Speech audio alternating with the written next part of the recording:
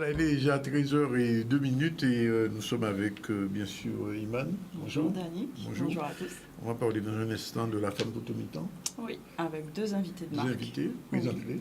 Donc Nathalie Babourage d'Oclaluna, plus précisément, qui est coach et écoféministe. On va parler de la femme potomitan aussi avec Livia Quero, qui est coach en sexualité, écrivaine. Coach en quoi? En sexualité. En sexualité. Eh oui. Bon, intéressant. Bon, donc, on y revient. Sujet passionnant qui arrive.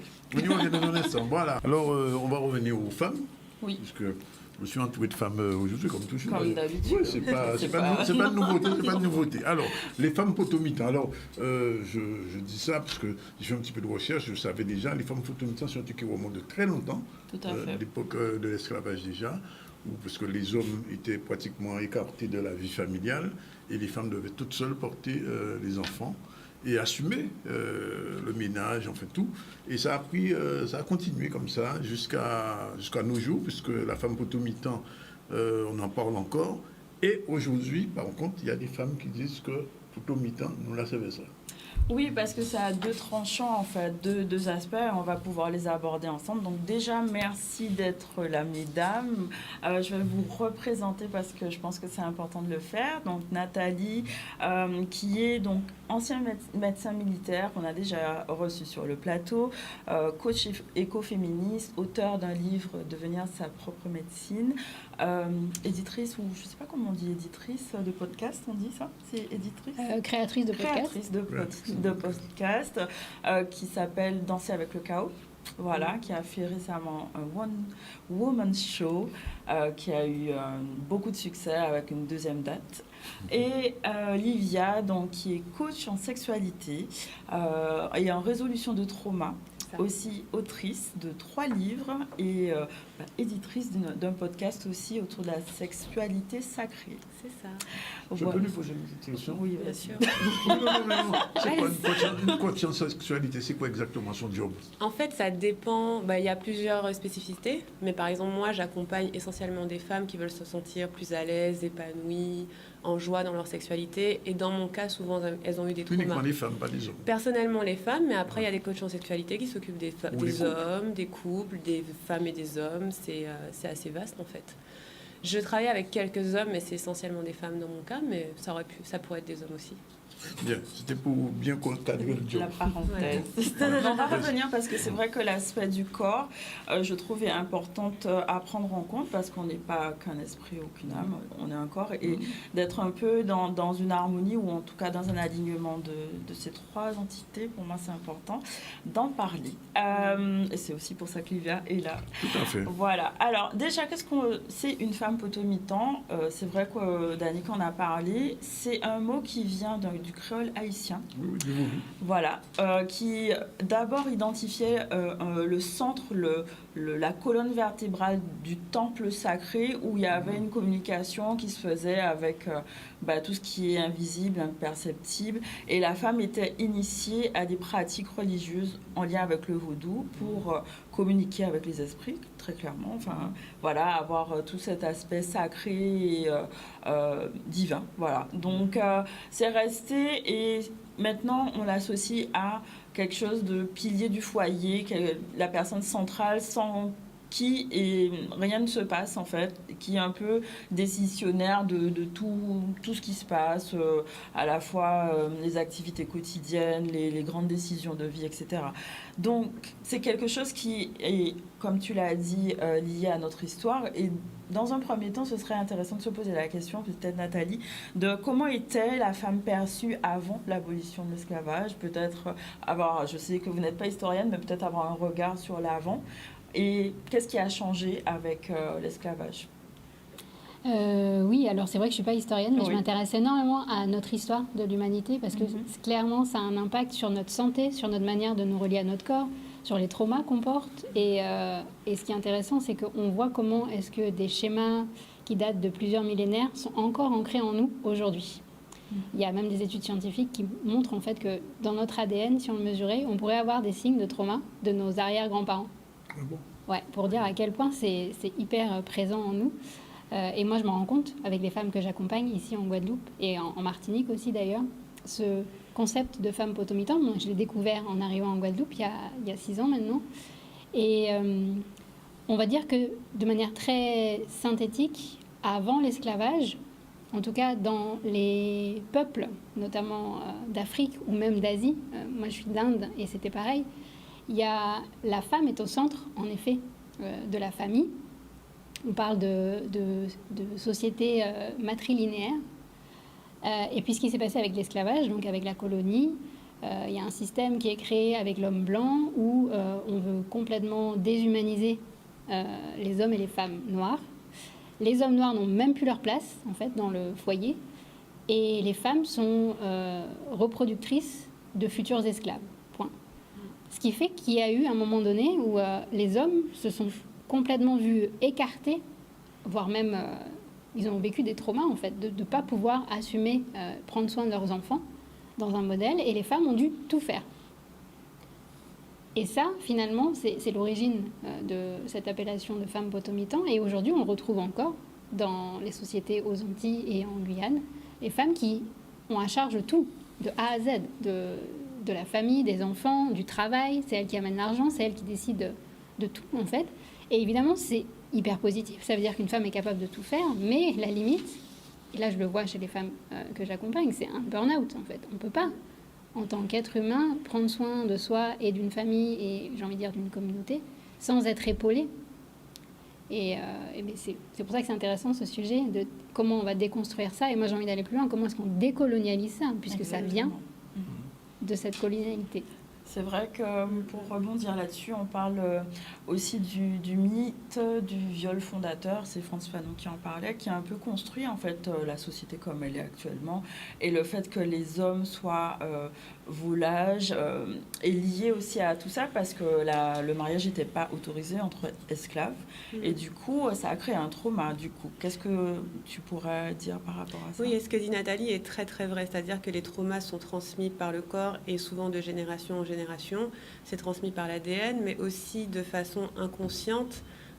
On va transmettre de mère en fille, de père en fils, des petits comportements, des façons d'être, des choses, voilà, des petites choses qu'on ne voit pas forcément, mais qui vont s'ancrer dans le corps. Donc, moi, ce que je vois avec ce sujet de la femme potomitan qui est très intéressant, c'est qu'effectivement, il y a eu un moment où peut-être, en fait, elles n'avaient pas le choix. Il fallait bien que quelqu'un s'occupe des choses, tienne la maison, s'occupe des enfants. Et d'un point de vue plaisir, il n'y a aucune place au fait d'avoir du plaisir, aucune place au fait d'avoir ses propres besoins remplis. Parce que quand on parle de ce thème aujourd'hui, il y a vraiment la notion de je fais tout, je porte tout, j'ai une certaine autorité aussi, donc c'est bien, c'est moi qui prends les décisions, mais et moi alors? Qui prend soin de moi, qui s'occupe de moi, qui remplit mes besoins? Et comme tu disais, c'était vraiment bien de faire ce récap. Quelque part, moi, ce que j'observe, c'est que encore aujourd'hui, c'est comme si les hommes étaient un peu mis de côté. Et du coup, on n'a pas vraiment un équilibre des forces. On n'a pas vraiment un équilibre de, ok, moi je fais ça, mais j'ai aussi des besoins, donc j'ai besoin que ces besoins soient remplis.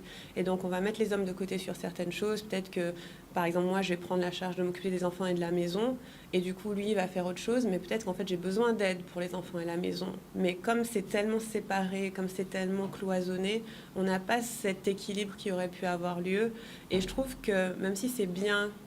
et je le vois, ma mère, elle est clairement comme ça, beaucoup de femmes dans ma famille comme ça. Même si c'est bien d'avoir cette place où tu es autoritaire, où tu prends les décisions, où tu mènes ta famille, parfois tu as juste envie de je sais pas, te reposer, t'amuser, prendre du plaisir et pas juste être là à tout tenir tout le temps. Et voilà, et je pense que ça vient du fait... Il y a clairement du trauma qui empêche aujourd'hui les femmes antillaises à prendre du plaisir. Ça, c'est sûr à 100%. Mais j'ai envie de poser quand même une question, une à Lydia et puis une à Nathalie. Est-ce que ce trauma atteint seulement les femmes ou les femmes et les hommes? Ça atteint les deux, mais pas de la même façon. Ça ne va pas s'exprimer de la même façon. Par exemple, chez une femme, on va voir que se dire « je vais prendre... 1 heure pour moi et rien faire, c'est très difficile parfois. parce que tu vas te dire mais non, je peux pas, j'ai ça à faire, j'ai ça à faire. Et pour les hommes, il va y avoir parfois un sentiment d'impuissance. Alors, ce qui est difficile pour les hommes, mais ça c'est dans toutes les sociétés qu'on voit aujourd'hui, mais il y a énormément d'incitation à la performance. Il faut toujours performer, il faut toujours être fort, il faut toujours tout faire pour être bien, être solide. Et donc, on a des hommes qui ont du mal à être avec leurs émotions, qui ont du mal à être vulnérables, qui ont du mal à communiquer, qui ont du mal à entendre les besoins de quelqu'un d'autre, qui ont du mal à entendre non. Et ça, c'est aussi parce que ça n'a pas été appris. On n'a pas grandi... Enfin, quand je dis on, je parle généralement, on n'a pas grandi avec une intelligence émotionnelle qui nous permet d'être dans des relations au fil tout le temps. On est en train de l'apprendre maintenant. Et donc ça aussi, je pense que ça vient s'hériter. Quand on n'a pas eu l'exemple, on est obligé d'apprendre par nous-mêmes. C'est vrai que... C'est ça, on n'a pas de modèle. C'est ça. En fait, maintenant, on sera les modèles pour nos enfants. Je pense que c'est ça. Et ce dont tu parles, c'est vrai que c'est souvent l'équilibre entre sa part yang et yin, de pouvoir accepter, s'autoriser à recevoir ses émotions, à les vivre, etc. Et pouvoir être après dans l'action, ne pas être que dans l'action. Et souvent, les femmes potomitans, elles étaient obligées d'être surtout là-dessus. En s'oubliant complètement. Donc, c'est vrai que peut-être tu voulais parler d'une deuxième question. Oui, non, je vais lui poser une question. Est-ce que les féministes, puisque Iman disait que tu étais féministe, s'opposent aux femmes potomitans et aux hommes? Pas du tout. En tout cas, dans ma définition du féminisme, les hommes aussi. Mais tu fais bien de poser la question. Moi, je trouve que c'est toujours hyper intéressant parce qu'on peut avoir cette croyance que les féministes sont contre les hommes, contre les femmes potomitans, et pas du tout. Pour moi, j'ai choisi cette définition parce que pour moi, être féministe, c'est que les femmes et les hommes aient les mêmes opportunités, la même visibilité et qu'on voit qu'on est différent et qu'on accepte qu'on a un corps différent, une physiologie différente et comment on fait pour être ensemble. Et je connais des hommes qui sont féministes. Heureusement qu'il y en a un, parce que sinon on s'en sortirait pas. Et après, il y a eu différentes vagues de féminisme depuis ces 100 dernières années. Et on va dire que les premières féministes, c'est vrai qu'elles avaient une tendance très guerrière et presque contre les hommes. Mais je pense qu'il y avait besoin de ça pour qu'on pose des choses et qu'on revienne sur les bases en termes de droits, tout simplement. Et j'ai appris il n'y a pas longtemps, par exemple, au Canada, que jusque dans les années 60, les femmes n'avaient pas le droit d'avoir un compte bancaire. C'est pareil. Ouais, c'est la même chose en France. C'est fou, quoi. C'était dans les années 60-70, quelque chose comme ça. Et donc là, je pense qu'il y avait besoin d'avoir vraiment une sacrée énergie yang pour dire, attendez, là, il faut revoir le système. Mais au fur et à mesure du temps, il y a eu différentes vagues de féminisme. Et là, on est plus, en tout cas, moi, celle qui me parle, cette vague, on est dans une forme d'écoféminisme. C'est-à-dire, comment je respecte la terre, la nature, et comment je respecte aussi les femmes, quel que soit mon genre. C'est ça. C'est vrai, du coup, ma question, tu as un petit peu répondu sur la perception maintenant de cet aspect potomitan, comment il a évolué dans le temps, parce que c'est vrai que ça a des valeurs qui sont associées, qui sont positives, je veux dire, courage, persévérance, résilience, etc. Maintenant, comment les femmes, enfin celles que tu suis en tout cas, comment elles perçoivent, est-ce que c'est forcément quelque chose de lourd, avec cette charge mentale qui est peut-être invalidante au quotidien, ou bien est-ce que c'est autre chose en lien avec les traditions, perpétuer quelque chose, enfin je ne sais pas. Quelle serait pour toi la réponse? Oui, alors en fait, moi ce qui me passionne, c'est surtout dans des espaces, dans des cercles, qu'on peut avoir des espaces bienveillants et sécures où les femmes se déposent et elles enlèvent leur armure de femmes potomitan pour partager leur vulnérabilité. Là, c'est super beau, c'est très puissant en fait. Paradoxalement, je trouve que quand on est fragile, parfois on a une puissance. Et c'est grâce à elle que j'apprends au fur et à mesure et que moi, comme j'ai une grille de lecture de l'Ayurveda, cette médecine ancestrale qui vient d'Inde, pour moi, la femme potomitan, c'est la femme feu. Elle a vraiment cette capacité à puiser son énergie et à voir où est-ce qu'elle veut aller, à entraîner une équipe, toute une famille. Et en fait, c'est une vraie qualité. Mais en Ayurveda, quand il y a trop de feu, eh ben, ça brûle. Et donc, elle va pas faire exploser sa maison, mais elle va brûler de l'intérieur. Et c'est là où, pour moi, toutes les maladies qui se terminent en IT, les inflammations chroniques, les troubles digestifs, l'endométriose. C'est pas anodin que c'est dans les Antilles que la fréquence d'endométriose est la plus importante chez les femmes par rapport à la métropole. Pour moi, c'est une empreinte de mémoire transgénérationnelle, en fait. Les femmes qui portent comme ça, de génération en génération, un utérus qui a été traumatisé. Et donc, ce qu'on essaye de faire, quand les femmes ont touché ça et que ça leur parle, c'est « Ok, j'ai mon feu qui marche trop. Comment est-ce que je vais me connecter à mes autres éléments, mes autres ressources pour qu'ils prennent soin de mon feu ?» Et on a la terre, l'eau. Et ça, c'est par notre corps, justement. Donc, c'est là où je pense qu'il y a vraiment des ponts entre nos approches. Parce que moi aussi, je pense que la sexualité, se réapproprier son corps et notre capacité à être dans du plaisir, à créer du plaisir, ça va apaiser notre feu. Et pareil, on a aussi l'air, qui est notre capacité à penser et à bouger les choses, à innover, à essayer des nouveaux modèles, puisqu'on est en recherche de modèles, comme on n'en a pas aujourd'hui. Et puis enfin, l'élément espace, qui est le 5e élément, c'est celui qui est un peu plus subtil à saisir. Et là, c'est les pratiques de méditation, de contemplation, qui nous permettent de ralentir, en fait. Et de laisser un terrain pour que nos éléments puissent se rééquilibrer. Donc c'est un peu comment est-ce qu'on aborde... Tout à fait. Donc, utiliser les élémentaux, en fait, à notre service, c'est pour pouvoir se reconnecter sur les différentes sphères, comme tu l'as dit, terre, eau, feu, pour que ça soit un peu plus harmonieux, en fait, et que l'un puisse venir nourrir l'autre, c'est ça. Et du coup, tu gardes finalement les qualités de la femme potomitan, mais sans les inconvénients, et tu crées de l'espace pour qu'éventuellement, un homme, si tu es en couple, il puisse trouver son espace aussi, parce que c'est ça qui est difficile chez les hommes. Ils sont en souffrance aussi, parce que même ceux qui ont envie de prendre leur place de père, d'homme, ils n'ont plus l'espace, parce qu'énergétiquement, la femme a tellement eu l'habitude de tout gérer qu'elle ne peut plus laisser. C'est un signe de danger, en fait. Donc ça veut dire que même si l'homme voulait être potomitan, il ne peut pas l'être. Non, c'est mort pour lui. C'est plus possible pour lui. Non, je rigole. Il y a des hommes qui croient qu'ils sont potomitans, mais... Ah bon, ils croient et ils ne le sont pas. Je rigole. Quand même. Ça a évolué quand même, Livia. Non, en fait, je pense que là vers où on va et là où j'aimerais qu'on aille, c'est vraiment un équilibre des forces et que ce soit même plus forcément une question d'homme ou de femme, mais de personnalité. Parce que, par exemple, je vois que moi, je vais être quelqu'un qui... Je sais pas, je vais être quelqu'un qui tient mon entreprise, tu vois, je vais gérer beaucoup de choses comme ça, mais je ne suis pas forcément celle qui tient la maison. Mais c'est pas grave, parce que chaque personne, dans notre couple, chaque personne va prendre la part qui est naturelle pour lui ou pour elle, plutôt que de dire il y a des rôles figés parce que tu es un homme, parce que tu es une femme, toi tu fais ça, toi tu fais ça. Je pense que si on prend la personnalité de la personne et on se dit qu'est-ce que toi tu fais déjà naturellement, qu'est-ce que toi tu fais déjà avec quoi tu es à l'aise et qui justement va pas te causer de burn-out, de fatigue, mais qui est quelque chose où tu es OK de t'impliquer. Je trouve que ça, c'est vers là que je pense que... Enfin, c'est là où j'aimerais qu'on aille. Mais pour rebondir sur ce que Nathalie disait, j'ai bien aimé ce que tu disais sur les éléments. Ça m'a fait penser à comment nous, on travaille sur les traumas. C'est que quand tu as, par exemple, cette tendance à beaucoup faire, à faire trop, dedans, il y a beaucoup de contrôle. Et il y a beaucoup d'urgence aussi. On n'a pas le temps de ralentir. On se dit, si je ralentis, tout va s'effondrer. Et l'urgence, c'est un trauma transgénérationnel, c'est-à-dire que je pense qu'on est descendant d'esclaves notamment, on a ce truc de je ne peux pas ralentir, sinon je vais potentiellement mourir.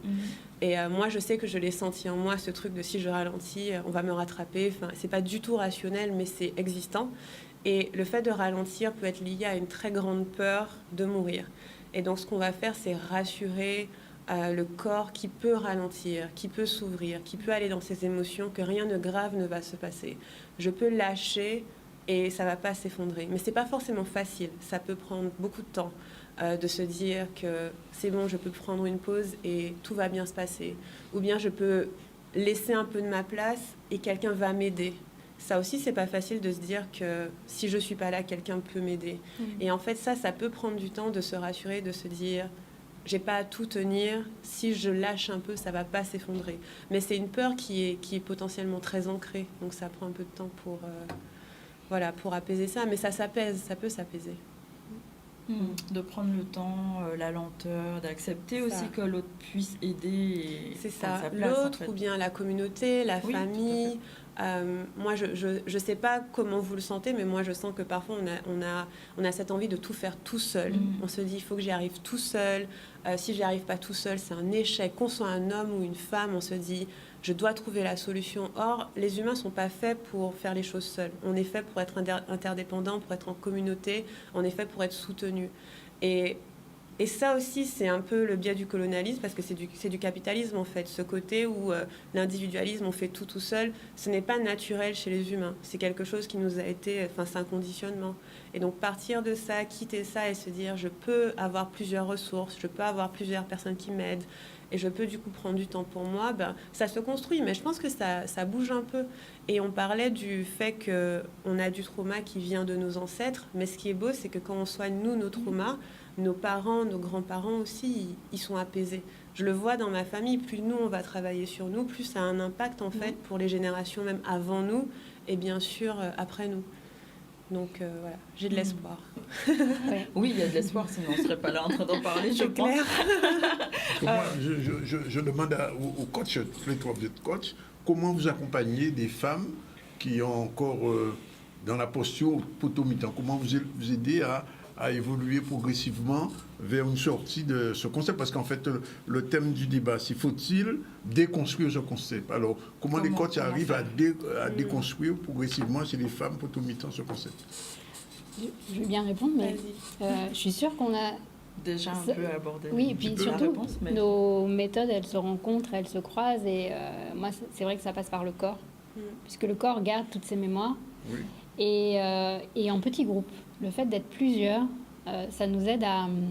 C'est des traumas collectifs qu'on a vécus, et donc de créer des espaces de guérison collective. C'est l'effet vraiment, c'est démultiplier, décupler, et donc dans des cercles, en fait. Moi, je propose des ateliers où on se connecte au corps, à travers de la danse, où on se reconnecte aussi à cet espace qui a été vraiment traumatisé, violé, qui est le ventre de la femme, pour qu'elle puisse ressentir cette fameuse sécurité dont tu parlais, la sécurité intérieure, que même si on s'arrête, tout va bien se passer. On va le ressentir dans le corps plutôt que dans la tête. D'accord. Exactement. C'est passé par le corps, c'est ça, exactement. Ça résonne complètement parce qu'on travaille, on travaille pas forcément sur le même sujet, mais c'est une démarche similaire. Moi, mes clientes, elles viennent pour des soucis en lien avec la sexualité. Manque de désir, pas de plaisir, douleur, ce genre de choses. Et très souvent, ça va repasser par se réapproprier son corps comme étant... Mon corps, il m'appartient, il a le droit au plaisir. Rien que ça peut prendre un peu de temps. Et donc, du coup, on va s'éloigner du fait que je suis juste quelqu'un qui fait des choses pour les gens, je travaille, j'ai un mari, j'ai des enfants. Et on va se rapprocher du fait que j'ai un corps, j'ai le droit d'avoir du plaisir dans mon corps m'appartient. Et rien que ça peut prendre du temps. Et quand on va travailler sur les traumas, on travaille aussi beaucoup... par exemple, je vais sentir dans mon corps où est-ce que j'ai des tensions quand j'ai envie de ralentir mais que je peux pas, quand je veux prendre du plaisir mais je peux pas. Et je vais essayer de sentir dans mon corps où est la tension, où est le blocage, est-ce que je peux l'apaiser. Dans le cas du soin des traumas, c'est quelque chose d'assez lent, pour être honnête. C'est pas quelque chose qui se fait comme ça. Mais plus je me sens en sécurité, comme on disait, de ralentir, de me dire, OK, ça va, je peux prendre ce plaisir, je peux prendre du temps pour moi, plus je vais pouvoir le faire dans mon quotidien. Et puis, souvent, ce qui se passe, c'est qu'on va avoir des choses de notre quotidien qui nous déclenchent, qui vont nous créer des réactions, des réflexes. Et au fur et à mesure, on va apprendre à avoir des réactions différentes par rapport à ces choses-là. Et oui, et tout passe par le corps. Là, parce que tu peux comprendre des choses mentalement, mais tant que c'est pas intégré dans ton corps, tu vas toujours agir de la même façon. Ouais, c'est vrai. Moi, je constate aussi en danse, je fais de la danse orientale, comme tout le monde sait. J'allais y venir. Donc, voilà, je suis directement connectée à cette zone qui peut poser problème en termes de sexualité, de rapport à sa sensualité, sa féminité. C'est vraiment le centre pour moi de tout, le bassin. Donc, les gens qui viennent, les femmes qui viennent, elles sont souvent en difficulté par rapport à ça, elles ne se sentent pas à l'aise. Il y a comme si le corps est à côté et en fait... Il y a un blocage. Oui, c'est au-delà du blocage, c'est-à-dire c'est dissocié en fait. Mon corps est complètement quelque chose, une entité différente de moi en fait. Donc c'est de pouvoir revenir et de le rassocier. Alors la danse, c'est un outil extraordinaire. Après, il y a d'autres pratiques... comme l'hypnose que je fais ou la méditation, etc. Et c'est bien de faire des ponts entre le corps, l'esprit et trouver des solutions pour débloquer en fait C'est ça. J'allais dire, comme tu dis, c'est exactement ça. C'est comme si on était des têtes qui Oui, flottent. voilà. On n'a pas... T'es une tête et tu flottes et ton corps, on ne sait pas... Voilà, on sait pas trop ce qu'il fait, mais juste ramener les deux et se rappeler qu'on a un corps qui nous appartient, c'est déjà très puissant. Effectivement. Alors, avant de passer à la prochaine étape, la femme polymitante contribue à l'émancipation et la reconnaissance des femmes antillaises, on prend une petite pause et on se retrouve tout à l'heure pour la suite. Et la fin, tout à l'heure. La suite est fin. On regarde son retrouve. Nous sommes dans le débat sur la femme polymitante avec 3 femmes. Iman qui a initié ce débat avec son invité Livia Quero et Nathalie Babouraj qui a un forfait ZCL. Et dans un instant, on va recevoir Emmanuel Barthes qui est artiste. Mais avant, il y a une question qui se pose, Iman. Oui, vas-y. Alors la question, je vais la lire parce que c'est vraiment, ça vaut le déplacement, comme on dit. Que révèlent les manifestations du désir de la femme antillaise, Livia? Que révèlent les manifestations du désir de la femme antillaise? Vous avez 4 heures. C'est clair. 2 heures. Allez. Ah, j'aurais tellement à dire. Mais vas-y, dis un peu quand même. Je pense que... Alors, je ne peux pas généraliser parce qu'encore une fois, ça dépend vraiment de chaque femme. Parce qu'on ne peut pas faire de la femme antillaise un groupe... voilà, c'est pas un groupe homogène, elles sont toutes différentes. Mais ce que je vois, c'est une envie que leur plaisir prenne plus de place, que leur plaisir ait plus d'importance, qu'on les écoute, qu'on les chouchoute, qu'on prenne du temps pour elles. Enfin, il y a vraiment... parce que j'ai une grosse partie de mes clientes qui sont antillaises. Et il y a vraiment un ras-le-bol à être mise de côté, quoi. À ce que leur plaisir soit pas important, à ce que leur plaisir soit mis de côté. Donc, de l'homme égoïste, quoi, c'est ça? Ben, en fait, l'homme égoïste est non éduqué, pour être honnête. Parce que c'est souvent, il n'y a pas d'éducation sexuelle. Donc... mais je dis quelque chose quand même. Dis-moi. Est-ce que l'éducation des hommes, c'est pas les femmes qui font cette éducation? Non, attends, tu crois qu'on n'a pas déjà assez travaillé? La charge mentale, déjà, on fait Non, ça. parce qu'en Mais fait... non, mais qui éduque nos enfants? Tout le monde, les deux normalement. Les deux, mais finalement... Pour moi, l'éducation sexuelle, c'est une responsabilité personnelle. C'est-à-dire que si tu veux être un homme qui fait plaisir à une femme, tu dois apprendre toi comment faire plaisir à une femme.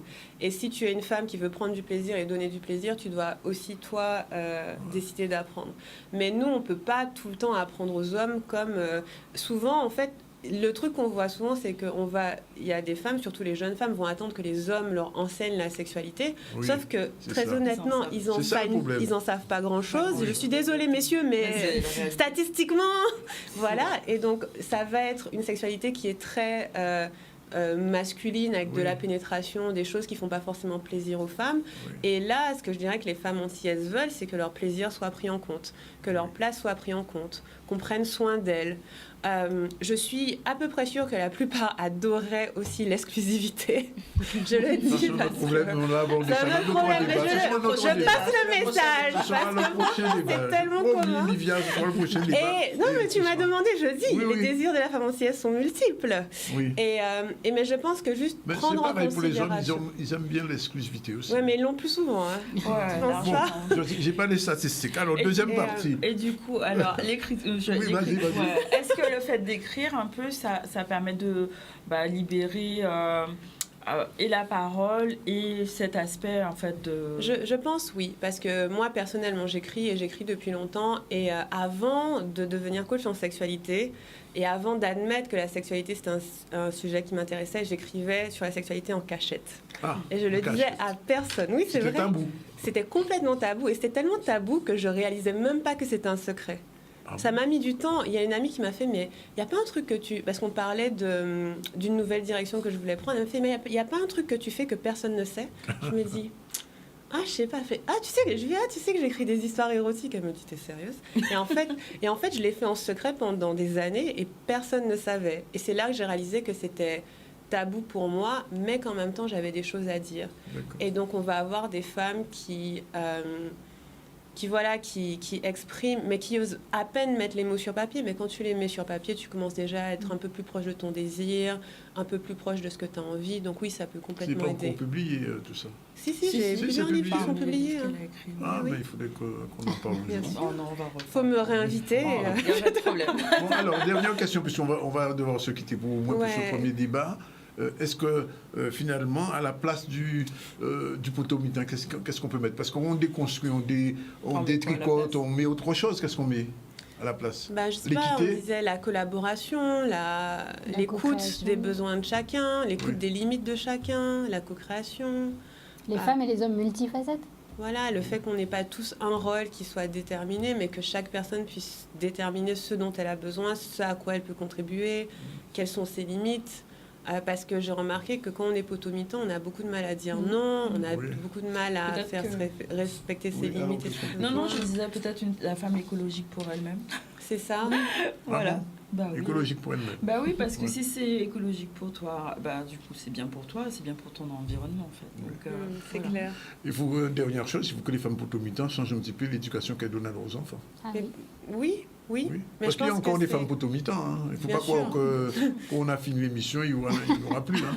Mais après, pour qu'elles puissent changer l'éducation de leurs enfants, il faut qu'elles-mêmes elles puissent se sentir à l'aise de changer. D'où le Parce que rôle tu des peux coachs. transmettre, voilà, tu peux transmettre que ce que tu peux vivre toi-même. Exactement. Merci pour ce deuxième débat. Jamais deux, Sans trois. sans trois. Alors, sans trois, on t'attendra.